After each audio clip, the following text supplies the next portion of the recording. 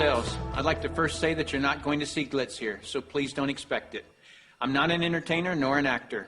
I've created this video as a tool designed to educate people about a business concept that works, for people who are willing to put 100% of themselves into something. See, it takes 200% to be successful in business.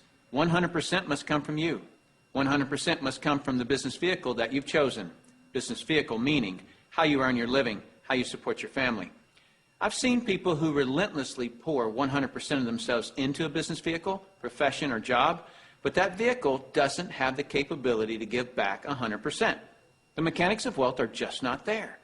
But no one has ever fully explained to you why it doesn't work and why it's a waste of your valuable time if your goal is financial success.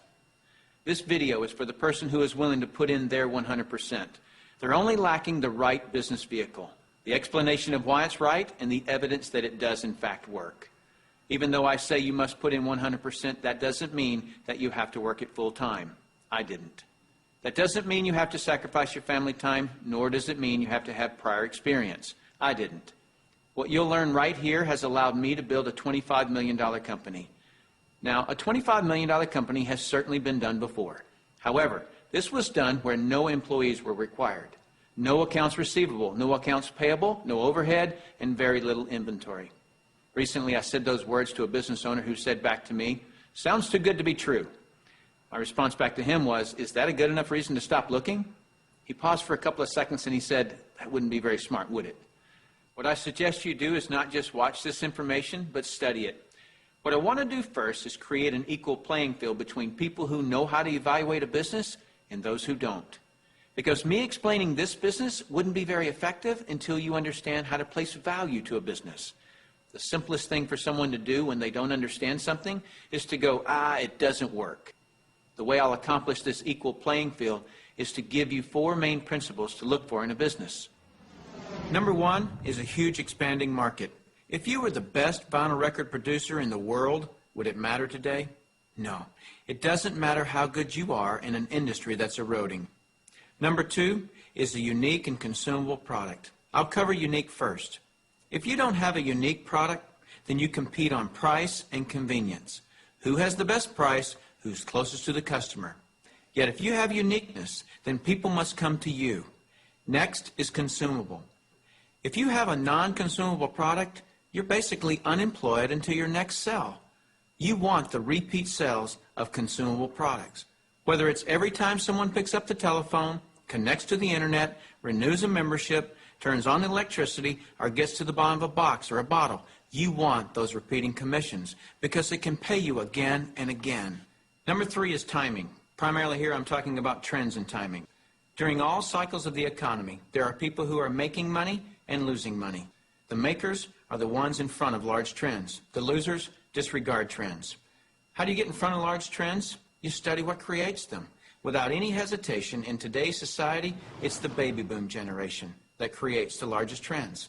The baby boomers are a group of babies born between 1946 and 1964. There were 76 million of them born in the United States, 1 billion of them worldwide. Why is this group so talked about? They're 1/3 of the U.S. population and control 65% of all the money. I've likened the magnitude of all those babies to a basketball moving through a garden hose. They reshape every industry they go through. See, if you can predict where this basketball is going down the garden hose, you possess the ability to make fortunes. I want to give you some historical examples of the obvious buying patterns of these boomers. It started with a company called Gerber back in 1940, who were barely known. But by 1955, just 10 years after the boomers were born, they had sold 1.8 billion jars of strained baby food. As the boomers took their first steps, it was Buster Brown and Kenny Shoes. When the boomers went out to play, Mattel and Hasbro got rich, providing toys to this young group. In 1957, we built more elementary schools in the U.S. in 1 year just to handle the overflow than we did in any 12-year period before or after. As the boomers went through their teens, Dairy Queen, McDonald's, Kentucky Fried Chicken became billion-dollar companies feeding the boomers. When the boomers moved through their 20s and 30s, which was in the mid-70s, what was the industry to be in? Real estate. Why? Because the boomers had heard from their parents one time too many, as long as you're living under my roof, you'll do as I say. So they wanted their own roof, which created a 15-year real estate boom.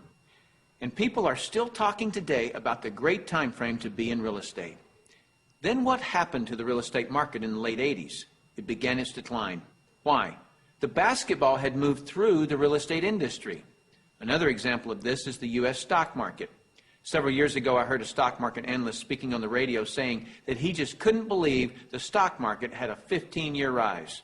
Notice the number 15 years keeps coming up. Anyone with a good understanding of the baby boomers could have seen this coming and profited from the recent stock market activity. Why does this 15-year number keep coming up? Because the baby boomers were born between 1946 and 1964. And so 18 years separates the front edge from the back edge. A very important number for you. If you look for trends on the front side of the basketball, you get the full 18 years for your products to be popular. That's the reason you study the nose of the basketball. So your business, no matter what your business is to be looking at what industries are expanding or which industries are about to expand. You shouldn't care how long you've been doing something or how long you've been in school to learn something. Are you in front of trends or not? Don't have a loyalty to something just because you've been educated in it or doing it for a long time. So looking at the current trends, we've basically got 1 billion people who are in their 50s and 60s. Since that's the case, what business do you want to be in? Let's look at some obvious current and future trends. Health and looking younger are going to be tremendous trends. The boomers do not like what aging is doing to them. So products that fend off aging as well as vanity issues will continue to boom. Businesses that focus on retirement issues will do very well. The crux of it will start with the boomers having enough money to retire. Businesses that offer ways to make money will obviously flourish. Legal matters such as wills and estate planning will become large trends. Efficiencies will also grow. The television was too far away from the couch for the boomers, so they invented the remote control device. Today, they have their entire library of books and music in their cell phones. The boomers have always been enamored with technologies that make life easier. These technologies will actually create industries. For example, the computer created the need for antivirus software. The internet has created a need for identity theft protection and firewalls. But there will be many additional industries created by the computer and internet technologies. It is the computer plus the internet that made the iPod, iPad, and iPhone possible. As a side note, the baby boomers are not the only trendsetters. They are just the largest and have most of the money. As the world becomes one, the international market will play a big role, as well as the group born just after the baby boomers that are known as Generation X. But remember, the boomers control 65% of all the money. So when a bright Generation X person creates a great new product or service, they must make it simple enough that a baby boomer can understand it. Otherwise, that product will not reach mass acceptance. Those are some of the big trends. So if you want to be brilliantly compensated, you must focus on industries and companies that have positioned themselves in front of these trends. All right, let's move forward. Number 4 is leverage. I'm going to spend some time on this one because we're not really taught this in our society. We're taught to go get a good education, build a resume, and exchange our expertise for someone's dollars. The problem with that is if we're not exchanging our expertise, we're not making any dollars. So vacation time is costly. A walk around the golf course, costly. Family time, although extremely important, is costly. I'll define the word leverage as an increased means by which to attain something. One form of leverage is investing $5 million and earning 10% interest, which will yield you about 41 grand a month in income. So whether you're enjoying family time or playing golf or vacationing, you're still enjoying 41 grand a month in income. You're leveraging off your money. That's a leverage everyone would love, but very few have it. Let me explain another kind of leverage that's available to everyone, including yourself. Incidentally, if you get nothing more out of this video than a better understanding of this little simple concept I'm going to explain, you'll have gained something very valuable for watching it. Imagine, if you will, you own a company. You employ just one person, me. I work for 8 hours on Monday. You work for the same 8 hours on Monday that I do. Now listen closely. You get paid on 16 hours worth of work because you take a portion of my productivity as income back to yourself. You're leveraging off my efforts because I'm your employee. So theoretically, the more employees you have working for you, the more leverage you have. However, have you ever had employees?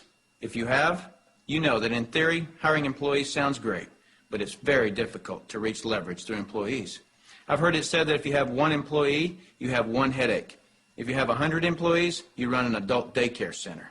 And the reason being is this: no employee will ever work as hard for your company as you will, because they don't own it.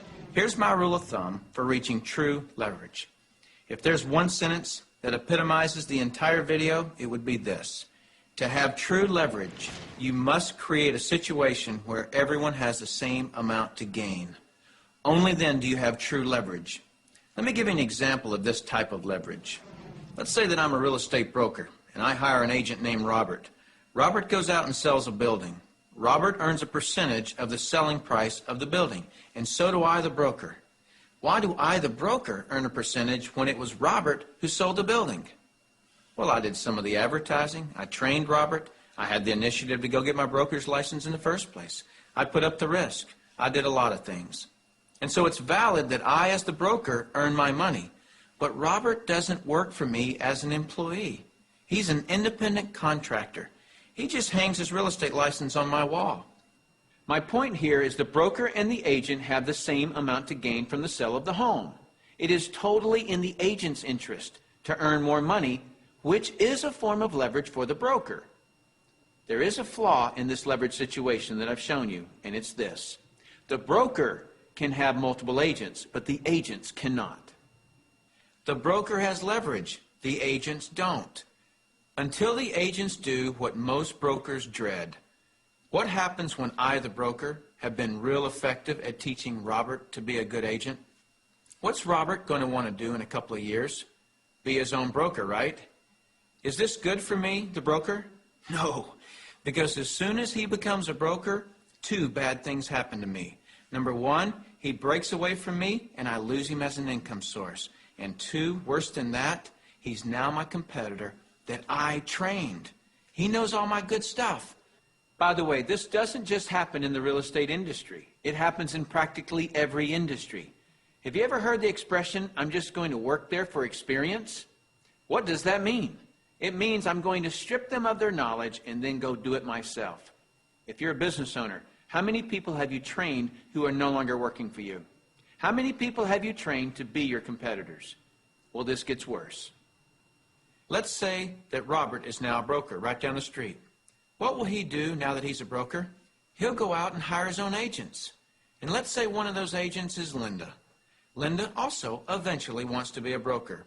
So she becomes a competitor to me that I indirectly trained, as well as Robert, who I directly trained. And this continues on and on. I actually created a chain of competitors that I trained. What if we did a whole paradigm shift? Here's where this becomes brilliant. Let's say instead I'm going to empower Robert to become a broker. I want him to become a broker from day one. See, the only way that you or I can retain a leader is provide him or her with the same opportunity for growth that we have. Hence, an opportunity where everyone has the same amount to gain. So from day one, I'm going to encourage Robert to be a broker. And when he does, he doesn't break away from me and become my competitor.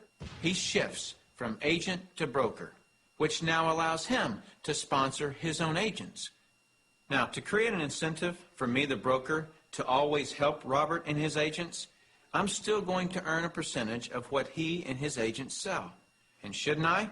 I trained him. I put up the risk and all those reasons I mentioned earlier. Now, the percentage I earn from Robert and his organization should be a lot smaller than when he was an agent, but I should still earn a percentage. That's my incentive to keep working with them. Now, some people look at this and say, gosh, isn't that one of those pyramids? And what's the perception of a pyramid? People at the top making all the money and the people down below do all the work, right? Isn't that the perception of a pyramid? Let me explain why this is not a pyramid and why people at the top don't necessarily make all the money. Let me just make a quick point before I discuss the pyramid issue. It's not the geometric shape that people have a problem with. This geometric shape is probably the shape of your family tree, the shape of our government. To the architect, it's the strongest structure known to man. Every organizational structure in the world is this shape. So the shape isn't the problem. However, that perception, people at the top earn all the money, let me illustrate that for you. Here's a typical corporation. At the top, you have a CEO, which stands for Chief Executive Officer. Does the president earn more money than the CEO? Not normally. How about below the president? Do any of the vice presidents earn more money than the president? No. Let me ask this question, and I want you to really think about it. What would happen if some of the vice presidents of a corporation made more money than the president? Really, what would happen? Talk about total confusion. This whole process is called delegation. Each level of the corporation earns less income. The reason the president can tell the vice president what to do is because they make more money. So the corporate structure is people at the top making the majority of the money, and the people at the bottom do not.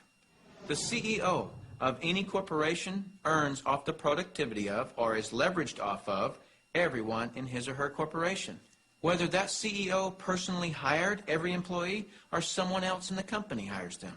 So the CEO, and only the CEO, earns on multiple levels of his or her company. And the model that I'm suggesting as being brilliant is where you, the individual, are given that same opportunity to earn on multiple levels of brokers and agents, just as the CEO of a corporation is. From here on, I'll refer to this form of marketing as network marketing. In network marketing, you, the individual, are given the opportunity to earn off the productivity of the people in your organization, whether you personally sponsor them or someone in your organization sponsors them. Remember that I said to reach true leverage, you must create a situation where everyone has the same amount to gain. Well, that's what I just described. Here's what makes the network marketing structure the absolute fairest structure available. In most network marketing companies, everyone can earn a certain number of levels deep of the organization they build. Everyone in the company can earn that same number of levels deep, like maybe 4 levels deep or 6 levels deep. Let's say we use 4 levels. So if you build an organization to be more productive, then you would earn more money than I would, even if you were in my organization. In the example shown, you would earn on 3 levels I couldn't reach, because everyone gets the same number of levels. There are people in my organization right now that earn more money than I do. Do you know what I call that? Fair. Shouldn't it be that way? I mean, take any structure. Shouldn't the most productive person in that structure make the most money? Now I'd like to show you an interview that I did a few years ago with Dr. Charles King, who holds a PhD from Harvard and is a professor of marketing at the University of Illinois at Chicago, who actually teaches network marketing at the university. Dr. King, we're delighted to have you here. I'm pleased to be here, Tim. Dr. King, could you tell us a little of your education and your business background? Tim, I'm a professor of marketing at the University of Illinois at Chicago. I got my bachelor's and master's degrees from the University of Texas in Austin, spent a tour of duty with the Exxon Corporation, and then returned to get my doctorate in business administration from Harvard University. More important to this discussion, over the last 6 years, I've been involved in doing research, teaching, and consulting in network marketing. So coming from such a conservative school, and I know you a little bit, and I know you to be very conservative, what caused you to look at network marketing to begin with? In 1990, we had a major economic recession in the United States. The Midwest and Chicago particularly were very badly hit. As a result, the interviewers stopped coming to campus. We were graduating hundreds of students a semester, and they weren't getting jobs. Our alumni were coming back to us, losing their jobs, looking for help, and we had nothing to offer them. Now, I started looking, because of my background in business consulting, at alternative career paths. I went out and I looked at starting your own business, at home-based businesses. I looked at franchising. I looked at direct selling. And in the direct selling arena, I backed into network marketing. Now, I was very cynical, skeptical. Tim, I was negative about network marketing. They don't teach network marketing at the Harvard Business School, and I didn't know much about it. The end result was one of my students who was on the team asked me, "Why are you so negative about network marketing?" I looked at that young man and I said, "Son, I know enough to know I don't want to know any more." That student looked at me and he said, "Professor, if I gave you that answer to that question with no more information than you have, you would give me an F." I turned to him and I said, "Son, you're absolutely right. I have no basis for that conclusion. You just made an A."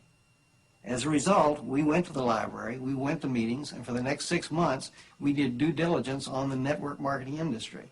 I visited the top companies, I talked to network marketing leaders, I became an evangelist. In 1990-91, we started teaching network marketing in the marketing curriculum at the university.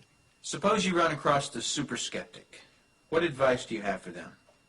Tim, I would recommend they do precisely what I did. I was a super skeptic.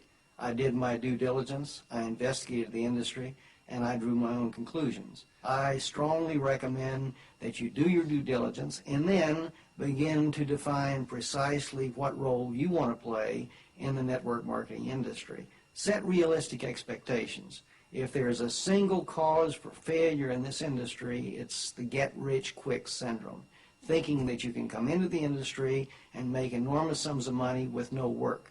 I argue, by contrast, that if you set realistic expectations, you develop a plan of action to guide your business development, you can be successful. And that's coming from a Harvard Business School graduate who was a true skeptic, but through due diligence, he learned the truth. Warren Buffett owns a network marketing company. If you don't know who he is, he's typically listed in the top 5 richest people in the world. He created his wealth by investing in and buying the highest quality companies. Why do you think Microsoft or AT&T, Gillette, Colgate, Citibank, IBM, Toyota, Xerox, Texas Instruments, General Motors, General Electric, AOL, Oracle, Sun Microsystems, Coca-Cola, and many others distribute some or all of their products and services through network marketing? They use this method to distribute products because network marketing is a very efficient model to distribute products and services. These large corporations are firm testimony to the industry's success and credibility. This confirms what Professor King was saying about that the industry has come of age and is now a true profession. The reason so many people are coming into network marketing is because people want control of their life. They want a quality of life, and network marketing truly offers that. I hear people all the time complaining that they are too busy or don't have enough time. People act as though time owns them instead of them owning time. Have you ever noticed that there are people who, with 24 hours, earn $10,000 a year, and there are people in the same 24 hours who earn $10 million a year? Let me explain the difference. I've heard people say this phrase: "It's easier to just do it myself than try to get other people to do it." Whenever I hear that phrase, I know that person just nailed their feet to the floor. All they can do is expend their time, not invest their time. Here's a secret. Wealth is hidden from those who must do it all themselves. Wealth exposes itself to those patient enough to train others. When you understand the power of educating and empowering others so that you get more done, you're truly on your way to wealth. Now, with that understanding of the importance of training others so you get more done, look at network marketing, and you'll see why I call it brilliant compensation. In network marketing, what you teach and train others to do is duplicate what you do, which is to find and train others. This is actually multiplying you. That's why I say, next to your spiritual growth and your family, there is nothing in the world you can do that will reward you better than investing your time in network marketing. I'd like to cover one last thing in closing, which I feel is one of the most important points for you to fully understand the value of network marketing. Let me illustrate something to you that is so profound. What's the maximum number of hours you could work in a day? 24 hours, right? So if you didn't sleep all day, you could work 24 straight hours. What if you didn't sleep for a whole year? You could actually work 8,760 hours in 1 year. But that's the maximum number of hours you could work in a year. I have 56,000 people in my organization worldwide. Well, let's suppose that all 56,000 people work just 1 hour out of a year. 56,000 people times 1 hour each equals 56,000 hours of work that I'm being paid on. Well, for most people to earn on 56,000 hours of work, they'd have to work for over 6 years, 24 hours a day without sleep to put in the same amount of hours that I could in 1 hour a year. Let me throw in something really ridiculous. Suppose all my 56,000 people worked 1 8-hour day in a year. 56,000 people times 8 hours is 448,000 hours I'm being paid on.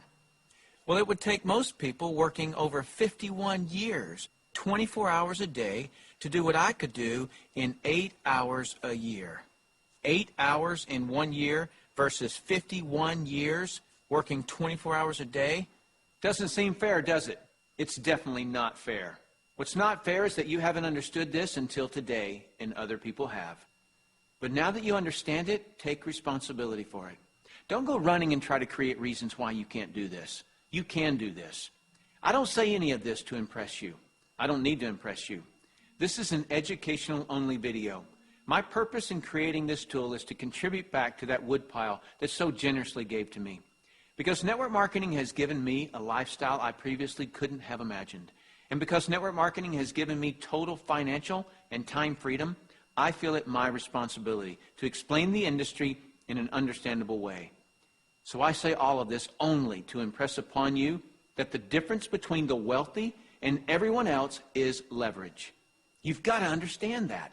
And nothing gives you, the individual, leverage in such an ethical way like network marketing can. So go get a pad of paper. Write down what you really want in life. Then call the person who gave you this video and tell them whether you're an A, B, or C. C is, see you later. No thanks. That's fine with us because your relationship with the person who gave you this video is more important to us than anything. Or you're a B. A B is, I may be. I want to first explore the product. If that's you, then do that. Don't procrastinate. The #1 killer of financial success is procrastination. People just putting it off until tomorrow, and they've somehow convinced themselves that they'll actually do it tomorrow. You know what I'm talking about. As soon as I'm done with this project, then I'll have more time. Or as soon as little Jimmy gets back to school, then I can, and they never do. If a person has an excuse, they have all they need to fail. Don't let that be you. Get your product today. Or you're an A, and that means absolutely. No, you don't have all your questions answered, but you see enough to start and begin your training. Very well done to you in your ability to make a decision. If it's late at night and you just watch this, don't be concerned that the person who gave this to you is sleeping right now. They'll be up. And if they're not, wake them up. Tell them, hey, now that I understand this thing, I can't sleep. And if I can't sleep, you're not going to sleep. Believe me, they'll appreciate that call. So call that person and tell them whether you're an A, B, or C. That's it. Join us. You'll be glad you did. Now is the right time, the smart time. Thank you for taking the time to view this video. I hope it's been educational to you. What I really hope is that you'll put this information to good use. Next, you'll see some common questions that you can interact with. I look forward to working with you, should our paths cross. I'm Tim Sales.